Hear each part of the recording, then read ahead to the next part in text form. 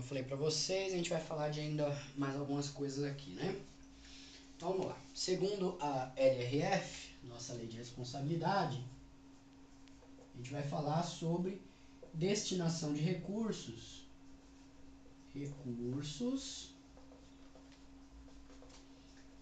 ao setor privado. Mas como assim?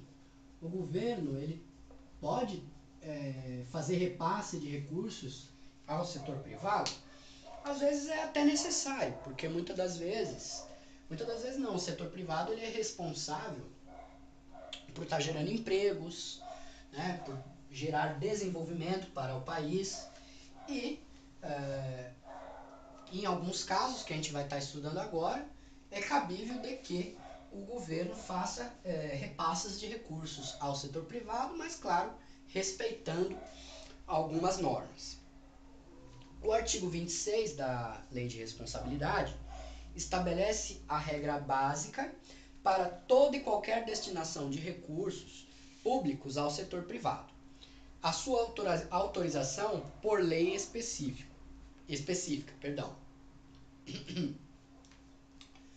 E como requisitos adicionais, é exigida a observância das disposições da Lei de Diretrizes Orçamentárias, além de sua previsão na lei orçamentária ou em crédito adicional.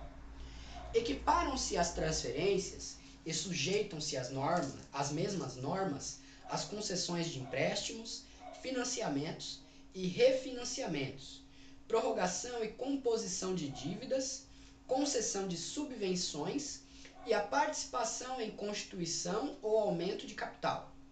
Sempre que o ente beneficiário de uma operação de crédito não estiver sob o controle direto do ente transferidor dos recursos, os encargos financeiros da operação, as comissões e outras despesas poderão ser inferiores ao que dispuser a lei ou ao seu custo de captação.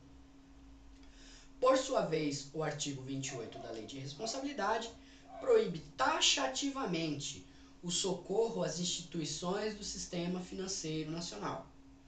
Tal proibição tem como objetivo primordial evitar de uma vez por todas a repetição de programas nos moldes do PROER, feito para socorrer instituições integrantes do sistema financeiro. Para tanto, o parágrafo 1º do mesmo dispositivo já antevê a solução para eventuais situações de insolvência mediante a criação de fundos e outras formas legais que deem cobertura a essas instituições. Quer dizer, o governo ele tem possibilidades de destinar recursos ao setor privado, certo? Essas normas que estão na Lei de Diretrizes Orçamentárias e na lei orçamentária, elas têm que ser respeitadas para que haja essa transferência de recursos, certo? E em relação a instituições que compõem o sistema financeiro nacional, a lei de responsabilidade proíbe taxativamente esse tipo de repasse para bancos. Na verdade, o que os bancos têm que fazer, segundo já foi estabelecido?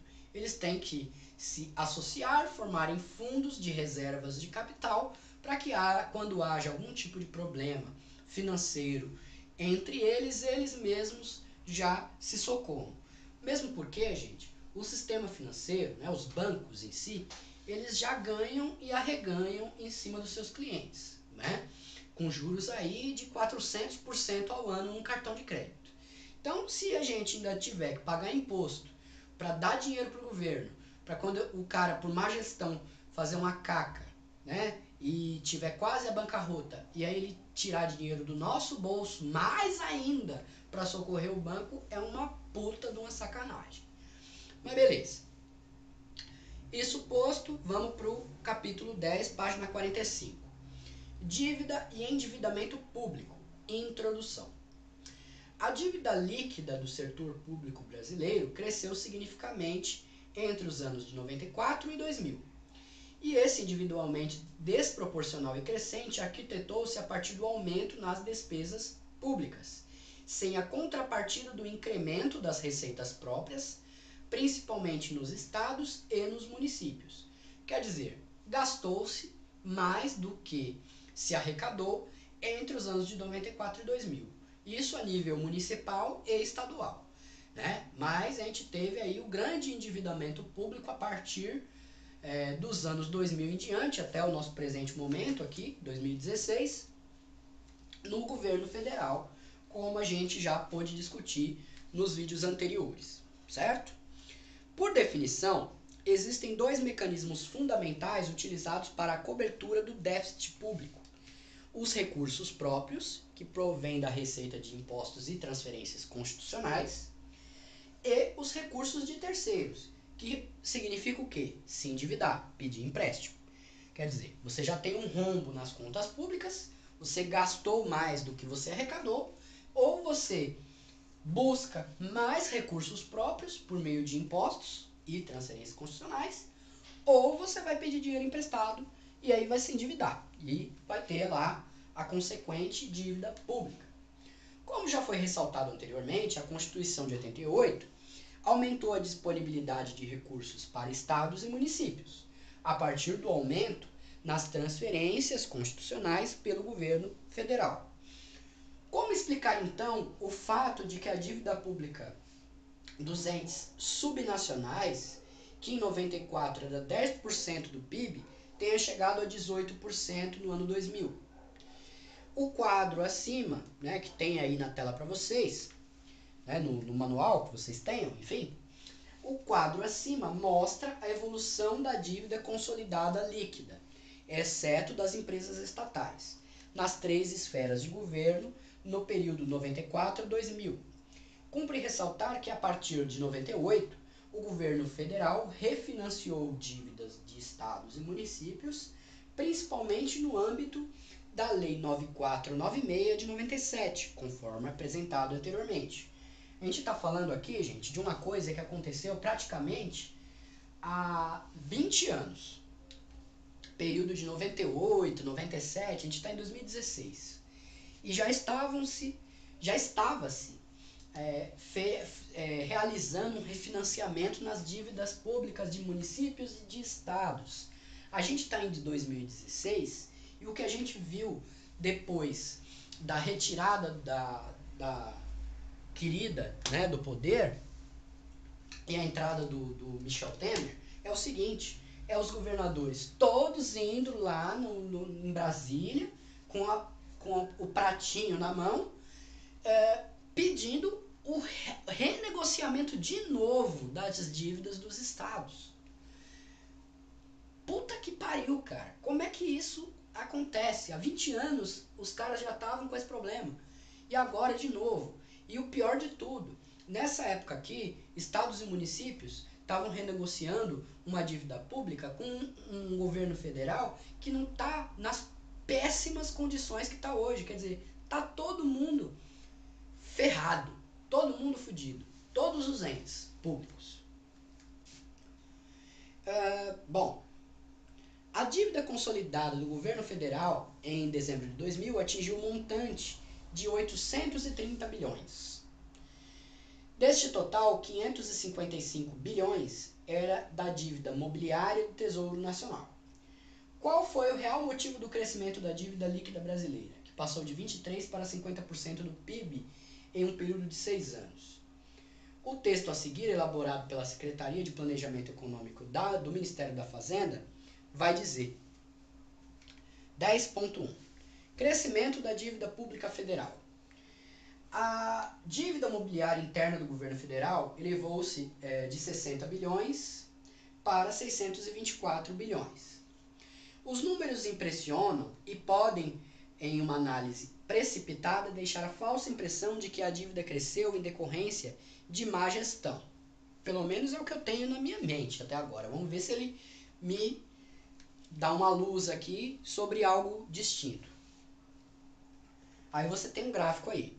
O gráfico a seguir mostra os fatores que determinaram a evolução da dívida pública entre julho de 94 e 2001. ver aqui.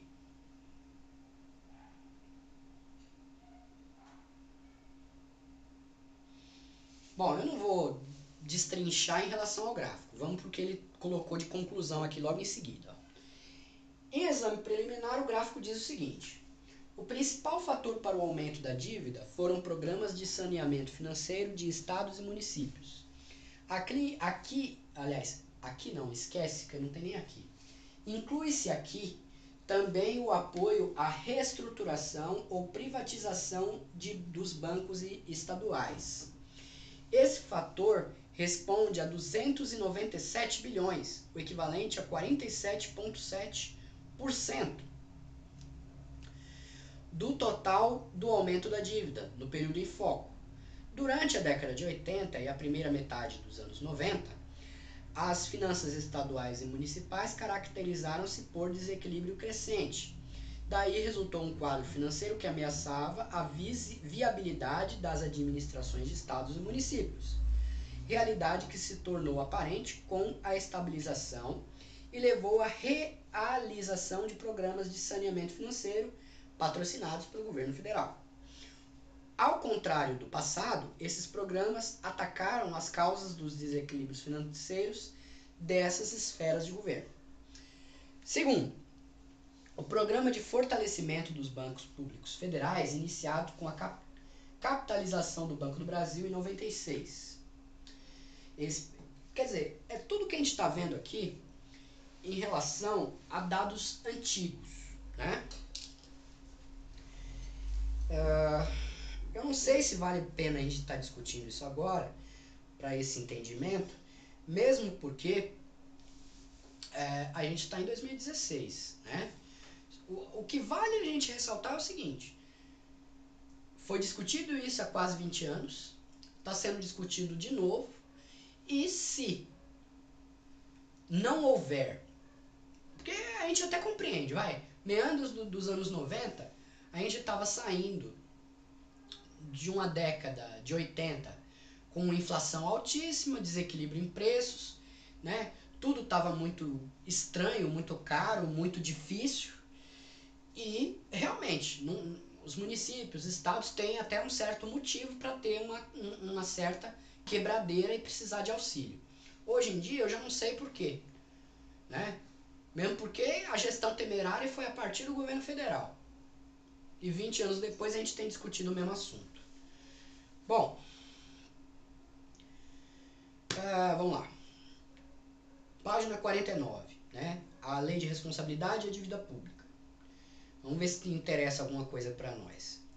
No capítulo 1º da Resolução 43 de 2001 do Senado, em atendimento ao disposto no artigo 30 da Lei de Responsabilidade, são apresentadas as definições dos termos relacionados à dívida pública consolidada, dívida pública mobiliária, operações de crédito e empresa estatal dependente.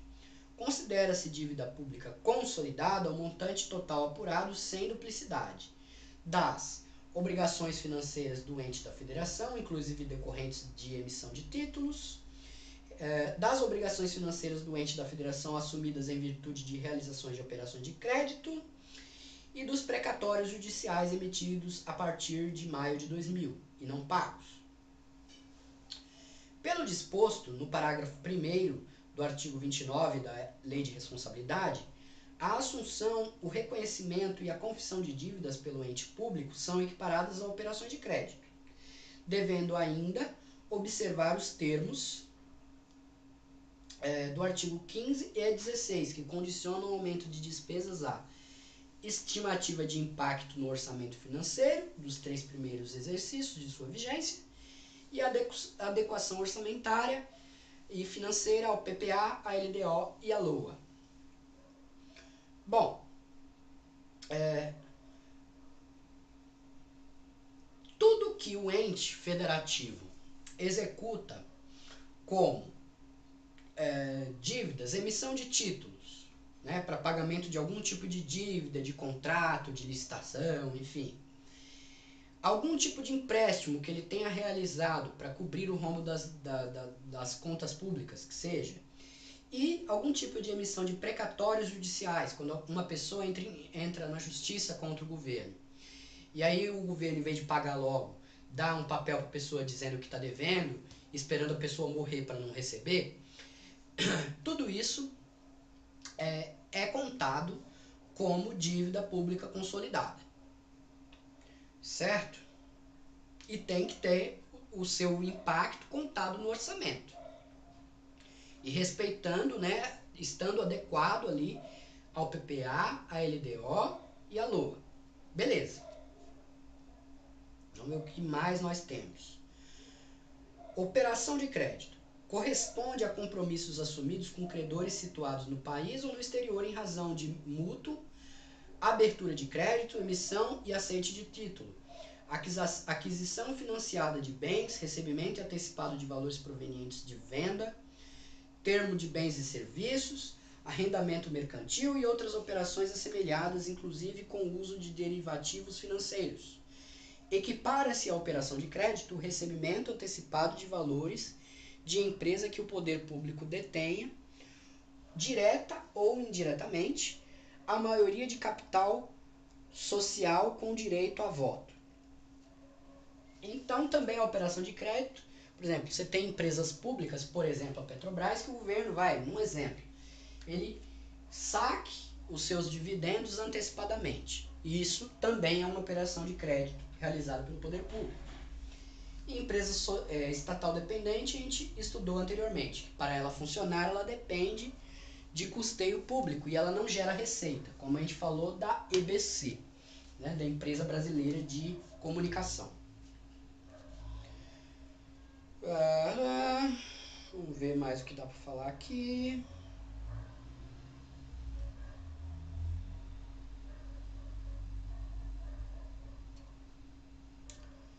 Bom, gente, tem muito mais assunto atribuído aqui à Lei de Responsabilidade Fiscal em contato com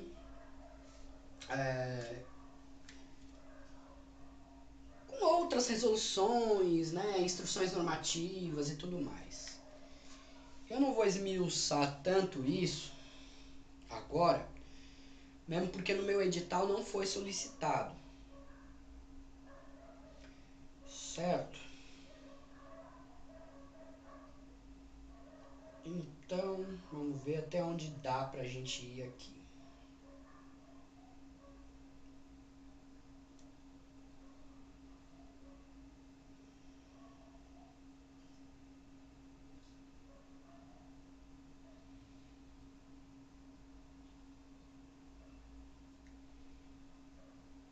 Eu vou fazer o seguinte, em relação à Lei de Responsabilidade Fiscal,